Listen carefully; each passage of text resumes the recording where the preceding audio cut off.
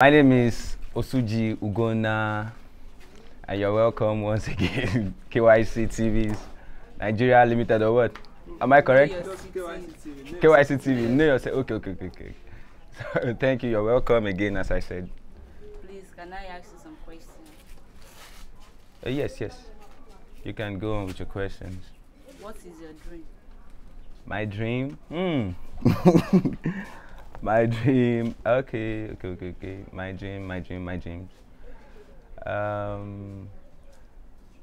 I grew up seeing myself as a good musician and a very intelligent one. So I guess my dream is being a world-class superstar. Let me call it like that. Celebrity. All right. What is your biggest accomplishment? My biggest accomplishment. My biggest accomplishment was when I got gratitude IDs into. Was when I got gratitude IDs into the Nigerian American industry, 2011. What is your ultimate goal in life? My ultimate goal in life, to see the less privileged ones make something out of nothing, even though they are less privileged.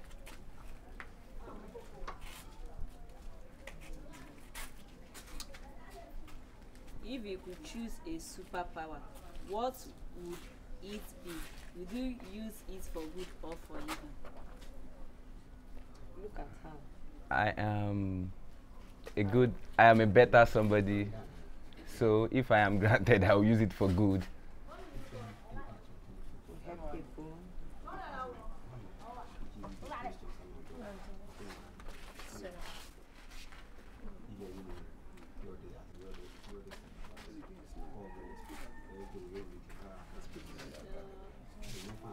Please, can you tell me what you like about yourself? About myself, I like so many things because I am unique, and yes, I get that's all. I am unique and straightforward somebody. I am not diagonized or cystic. What's that unique thing about you? Unique thing about me is willing to do more, empowerment. Please, have you been in a situation that you are down, like you are you were so down and you were crying, like a very painful state? Well, to take it back on politics, it was when Fashola was on governorship. Then I had a new job, so I had to go and resume as very early. So I will be partaker of the interview. But on the process of getting ready, I ran into a wrong hand and I was humiliated. But I thank God I am still me and I am very much okay. Yeah. Can you tell us about that job? About the job, oh, it was when I was in the inventory industry, like vendoring industry. So I got a job under the hotels and suites, Ikoyi. I remember the name of the hotel is the name of the hotel, Harris Suite. So I was rejoicing already. Yes, all this while I've been searching and I finally got one, but I don't know. But it didn't happen. It was unfortunate. I didn't get the job because maybe that was the way God wanted it. Can you actually tell me more about the event that happened, like deep down?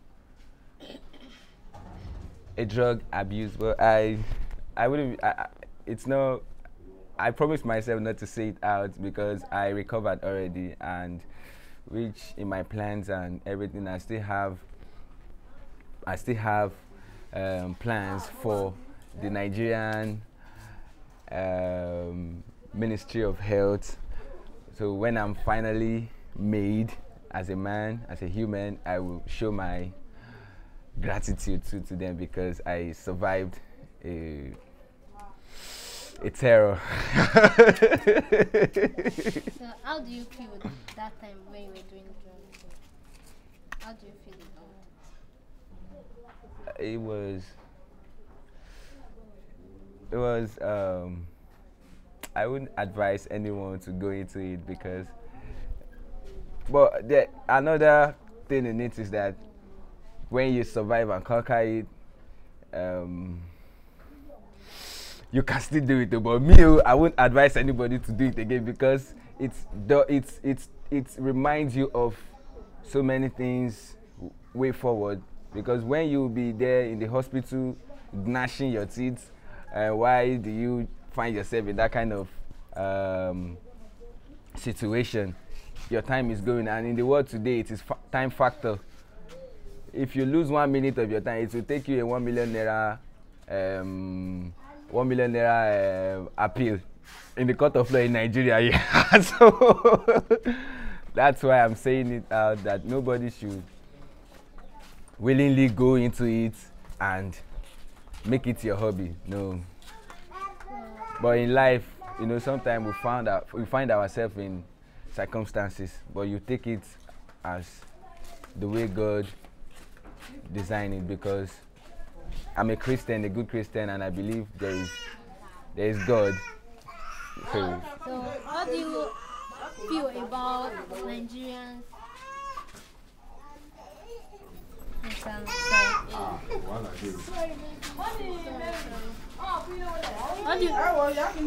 What do you think about our politicians using the young youths, like the touts in the neighborhood, using them as their own weapon to get into their position? What do you think about that? Let me know. Okay, I'm a beneficiary, I'm a Nigerian. There is no how a big question like this will come on me as a Nigerian citizen that I won't say anything. Using our touts in form of politics to the politicians or the present ones, it is explicitly trash, because these same touts can be issued into a proper places of their heart desires and make good things out of it, instead of just wandering and doing nothing, which is the nature of our politics here in Nigeria. So what I think about it is, unity, and let's do things right. Peace and unity, and which is what I stand for. And it's not that I'm arrogant or no, but I'm a human, I'm a man too. I know what it is as a human. So I guess the best answer for humanity's trash is peace and unity. So if there is peace and unity, one mind, starting from our country here, Nigeria, which is where this interview is being taking place now, and as a beneficiary too of Nigeria, I'm going to be supportive and I must say something. So adding to the question, my own no, as a man too, as a human, I guess, no, not guessing, it is peace and unity. Yes. What is that bad attitude you want to do away with? Like the bad attitude you have that you don't really like, you want to change about yourself? Trying to be a responsible man, like getting married.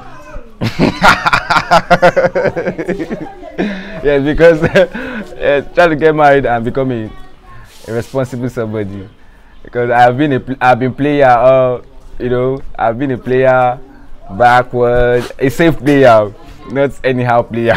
So I want to be a good The bad attitude I'm trying to change is from being a player to a responsible man, getting married, and that's the stake in my mind now. Like seriously. Why do you think that's a bad attitude? Like, No, it's a bad attitude. Now you call yourself a guy. Yeah, today they will see you with Shakira. Tomorrow they will see you with Kupi. No, they will see you with Cookie. See you with this. No. You have to be one. And even though you are royalty, you need to come down someday and be one fantastic family. so what is that good attitude you have? Now. You know people know about you.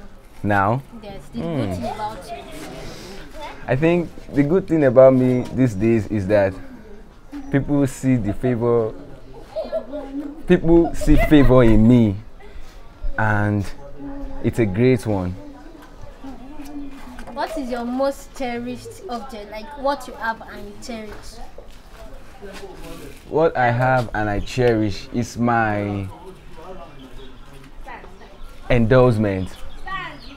Can you tell us more about it? Yes. Okay, my endorsement. My endorsement is my life. Since you said you don't know what endorsement means, I hope you're going to cut this off in the clip. It's my life.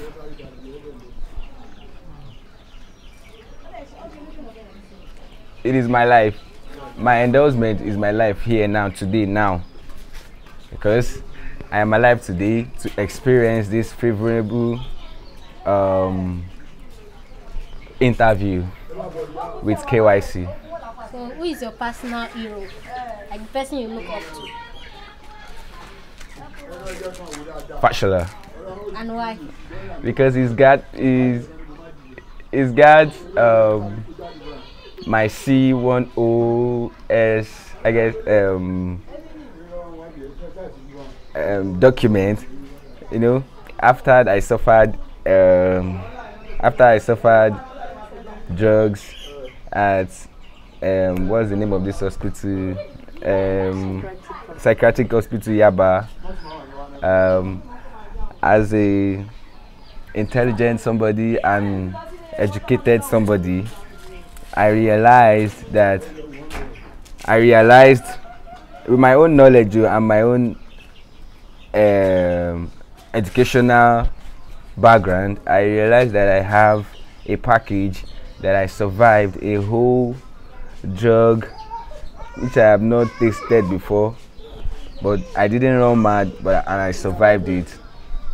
It is a whole pleasure to make him my hero, because he was the one on seat then, before Fashola.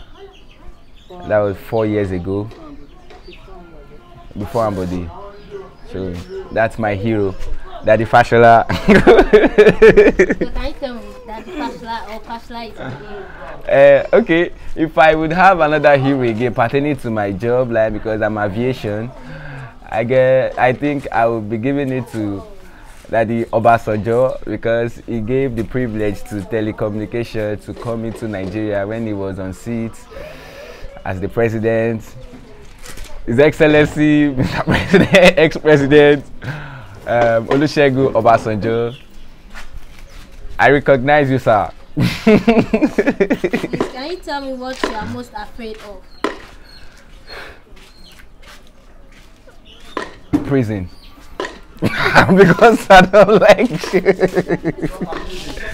A little mistake can take you to jail. That's why you must be a very intelligent and a goalkeeper.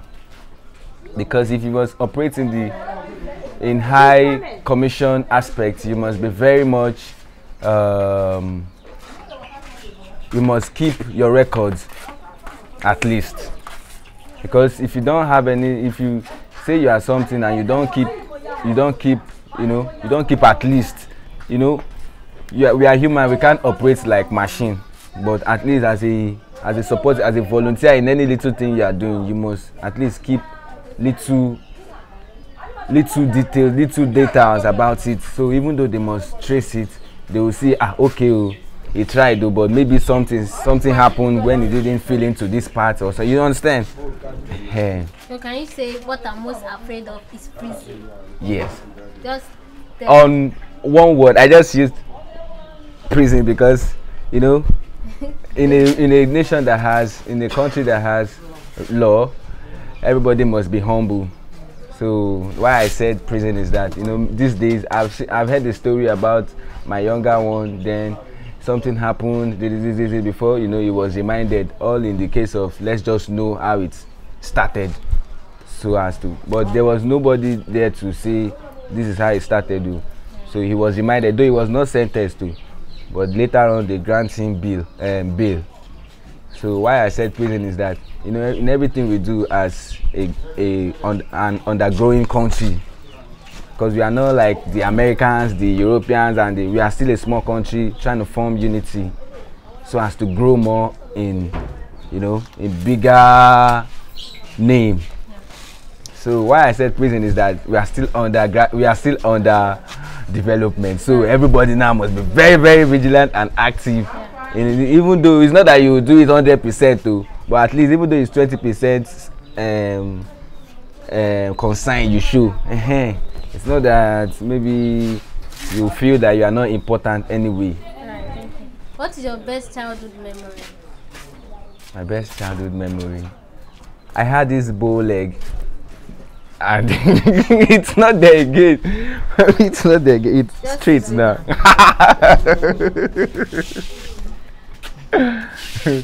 That's it. So, what can you say about your childhood and your adulthood? Like, what is the difference? What is the transformation you had from your childhood to your adulthood? Do you understand my question? It's like a spiritual college that I attended at a church, Harvesters. It's just the tag, the name of the tag.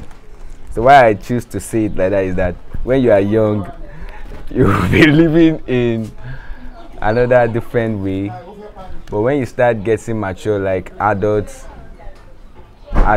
when you start bearing that name adult, your life, your mood, your everything, your circumstances changes. Your circumstance changed. So that is it. Alright, thank you. Alright.